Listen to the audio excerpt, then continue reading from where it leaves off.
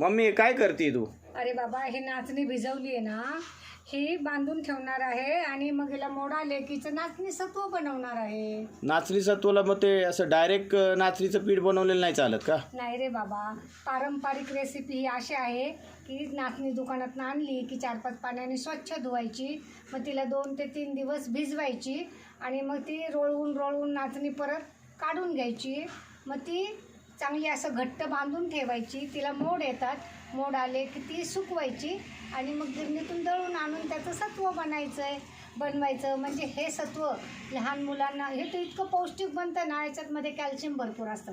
तर लहान मुलांना, आजारी व्यक्तींना, जे जिमला जातात त्यांच्यासाठी याची तुम्ही भाकरी बनवा, तांदळाचे पापड बनवा, किंवा तुम्हाला ताकद हवी आहे तर त्याच्यासाठी पेज करून प्या. आजारी माणसांना पण थोडीशी दिली तरी ताकद येते. तर ही रेसिपी मी आपल्या प्रतिभा फिरोदिया किचनमध्ये अगोदर टाकलेली आहे. याची लिंक मी व्हिडिओच्या खाली देत आहे, तर तुम्ही ती रेसिपी नक्की पाहायची आहे.